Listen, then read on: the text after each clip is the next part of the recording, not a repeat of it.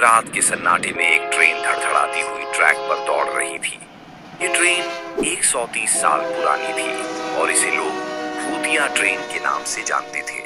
कहते हैं इसमें सफर करने वाले यात्री कभी लौटकर नहीं आते थे। इस ट्रेन का एक डिब्बा खास तौर पर मशहूर था, डिब्बा नंबर 13। जिसने भी इस डिब्बे में कदम रखा वह रहस्यमय तरीके से गायब हो गया।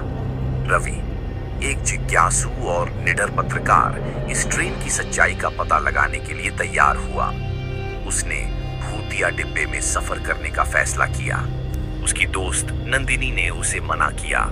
रवि, यह मजाक नहीं है। इस ट्रेन और डिब्बे के बारे में जितनी कहानियां सुनी हैं वे सब सच्ची हैं। रवि ने हंसकर जवाब दिया, सच और झूठ का पता लगाना मेरा काम। नंदिनी, मुझे यह कहानी पूरी करनी है। रात के 11 बजे रवि स्टेशन पहुंचा। वह डिब्बा नंबर 13 में चढ़ा। डिब्बे के अंदर सन्नाटा था। सीटें टूटी हुई थीं, खिड़कियों के शीशे धूल से भरे थे और हर जगह एक अजीब सी ठंडक थी। डिब्बे में वह अकेला था, या शायद उसे ऐसा लगा। रात के 12 बजे ट्रेन एक सुनसान जंगल के पास रुकी। रवि खिड़की से बाहर देख रहा था। तभी उसने एक साया देखा।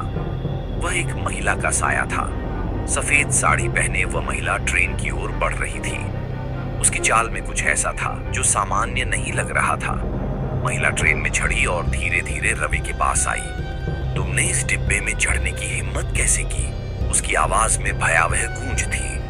रवि ने हिम्मत जुटाकर पूछा, तुम कौन हो? महिला ने मुस्कुराते हुए कहा, मैं इस डिब्बे की रखवाली करती हूँ। यहाँ जिसने भी कदम रखा उसने अपनी जान गंवाई। महिला ने बताया कि यह ट्रेन अंग्रेजों के जमाने में बनाई गई थी।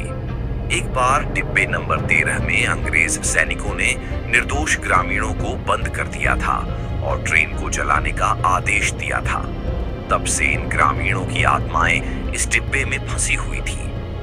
उनकी पीड़ा इतनी गहरी थी कि हर यात्री को मारकर वे अपनी सजा पूरी करते थे।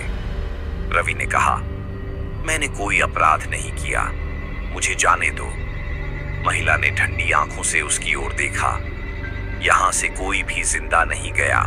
रवि ने महसूस किया कि डिब्बे का वातावरण अचानक बदल गया। दीवारों से खून टपकने लगा। सीटों पर मृत ग्रामीणों की परछाइयां दिखने लगी। अचानक ट्रेन की खिड़कियां खुद ब खुद खुलने लगी और एक जोरदार आवाज गूंज उठी, तू भी यहीं रहेगा। रवि ने अपनी जान बचाने के लिए खिड़की से कूदने का फैसला किया। जैसे ही वह खिड़की के पास पहुंचा, महिला का साया उसके सामने आ गया। तू यहां से भाग नहीं सकता। रवि ने अपनी जेब से गंगा जल की छोटी बोतल निकाली। उसने सुना था कि पवित्र गंगा जल बुरी आत्माओं को रोक सकता है। उसने जल महिला पर छिड़क दिया। वह दर्द से चीखने लगी और गायब हो गई। सुबह होते होते ट्रेन एक उजाड़ स्टेशन पर रुकी। रवि जैसे तैसे बाहर निकला। उसकी हालत खराब थी, लेकिन वह जिंदा था।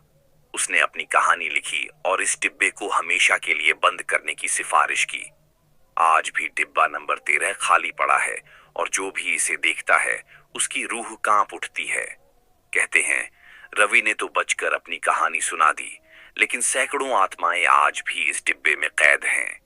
क्या आप उस ट्रेन में सफर करने की हिम्मत करेंगे?